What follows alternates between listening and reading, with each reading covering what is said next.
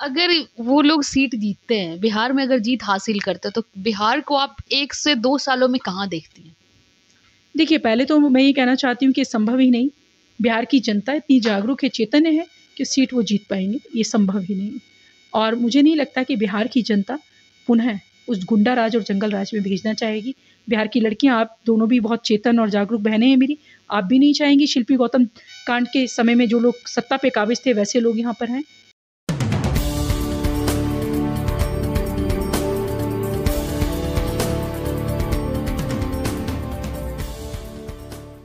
मैं सोनम सिंह और अभी आप हमारे साथ जुड़े पटना दर्शन न्यूज़ में। बीजेपी की एमएलसी बीजेपी ने महिलाओं के लिए काफ़ी कुछ किया और एनडीए सरकार की मैं आपको बात बता दूं, नीतीश कुमार को मसीहा क्यों कहा जाता है?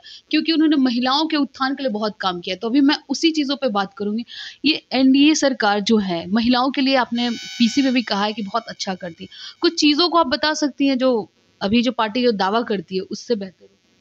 देखिए, मैं आपको बताऊँ कि आदरणीय नरेंद्र मोदी जी के नेतृत्व में जो एनडीए गठबंधन है, आप आदरणीय नरेंद्र मोदी जी की बात करें हम देश में, या बिहार में हम नीतीश कुमार जी की बात करें, तो महिलाओं को लेकर बहुत संवेदनशील और जागरूक भाव से काम करते हैं। जब हम संवेदनशीलता के साथ बात करते हैं, तो हम केंद्र में बात करते हैं, तो आप उज्ज्वला योजना, अब कितना संवेदनशीलता है कि एक बहन की आँख में अगर धुएँ से आँसू आ रहे हैं, उसे बीमारियाँ हो रही हैं, तो उस पे काम किया जाए। शौचालय कितना संवेदनशील विषय है। इमारतें बना देना एक अलग विषय होता है और संवेदनशीलता के साथ किसी विषय पे काम करना एक अलग विषय होता है। उससे पता चलता है कि आदरणीय नरेंद्र मोदी जी के हृदय में कितने भाव है महिलाओं के सम्मान के लिए। शौचालय बहुत देखने में बहुत साधारण बात लगती है, पर उससे कितनी सारी चीज़ें जुड़ी हुई हैं।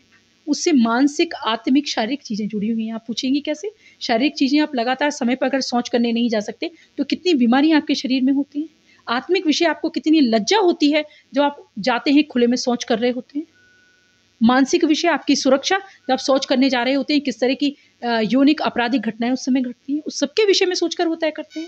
एक संवेदनशीलता का उदाहरण, वो 3 तलाक पे काम करते हैं।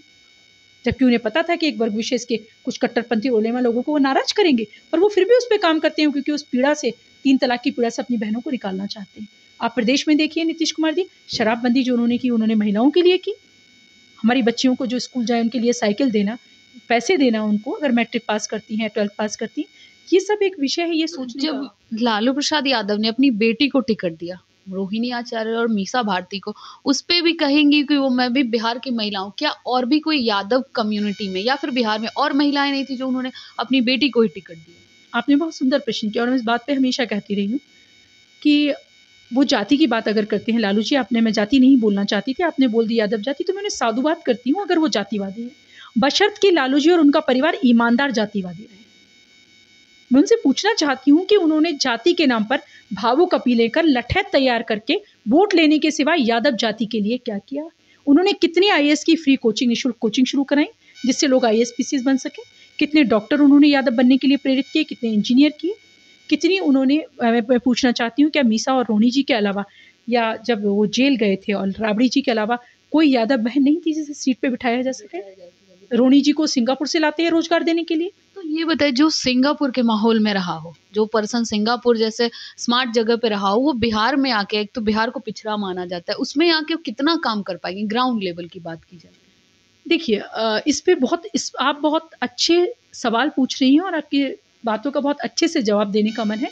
राजनीति में लगातार एक तरह के सवाल पूछे जाते हैं और एक तरह के जवाब दिए जाते हैं। मैं उससे इतर जवाब देना चाहती हूँ। ये बहुत महत्वपूर्ण विषय है जिस पर अधिकांश बात होती है। देखिए, कोई कहाँ से आकर काम कर रहा है, ये बहुत ज़्यादा संवेदनशीलता से सोचने का विषय है। वो कैसे? कोई कहीं से आकर काम करता है तो ये कोई विषय नहीं है।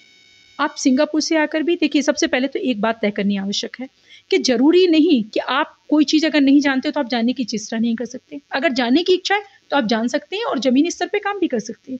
अगर किसी का वे ऑफ लिविंग, किसी का लिविंग स्टाइल थोड़ा-सा, आप जिसे कह लेते हैं कि वो, देखिए, ज़मीन से जुड़े होने का तात्पर्य ये नहीं है कि अगर आपका वे ऑफ लिविंग अच्छा है तो मैं उसको आप नहीं जी सकते या लोगों को नहीं समझ सकते। लोगों को समझने के लिए, उनकी समस्याओं को समझने के लिए 2 चीज़ों की आवश्यकता होती है। एक आवश्यकता होती है जानकारी की और दूसरी आवश्यकता होती है संवेदनशील की और चैतन्य होने की। तो अगर आप में वो दोनों चीज़ें हैं तो निस्संदेह आप उसको समझ सकते हैं, परंतु रोहिणी जी में ये चीज़ें होंगी, इसमें मुझे संदेह है।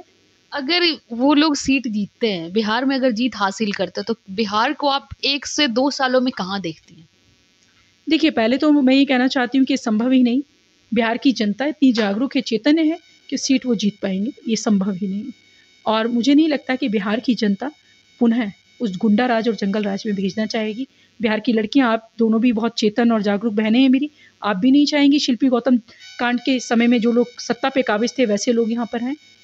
तो ये जो कहा जाता है, जैसे तेजस्वी यादव अभी जैसे पिता का पोस्ट लिए, परिवारवाद का जो बात कहा जाता है बार बार सामने आता है, ये परिवारवाद मिलके या तो अपने परिवार का कर रहे हैं या फिर बिहार को परिवार मानते हैं, ऐसा होता है? या फिर ये जो धर्म के खिलाफ अभी आपने भी इस बात का जिक्र किया, मछली दिखाना, इंडिकेट करना, कहीं ना कहीं वो जनता में हेट्रेड क्रिएट कर रहा है? निसंदेह वो भारतीयों की, बिहारियों की, जो बिहार में जब नवरात्र और छठ पर्व इतना महत्वपूर्ण है, जब घर में रोटी नहीं बनाई जाती कि भाई आज रोटी नहीं बनाई जाएगी छठ पर्व में, जिन परिवारों में छठ नहीं हो रहा है वो लोग भी रोटी नहीं बना रहे हैं।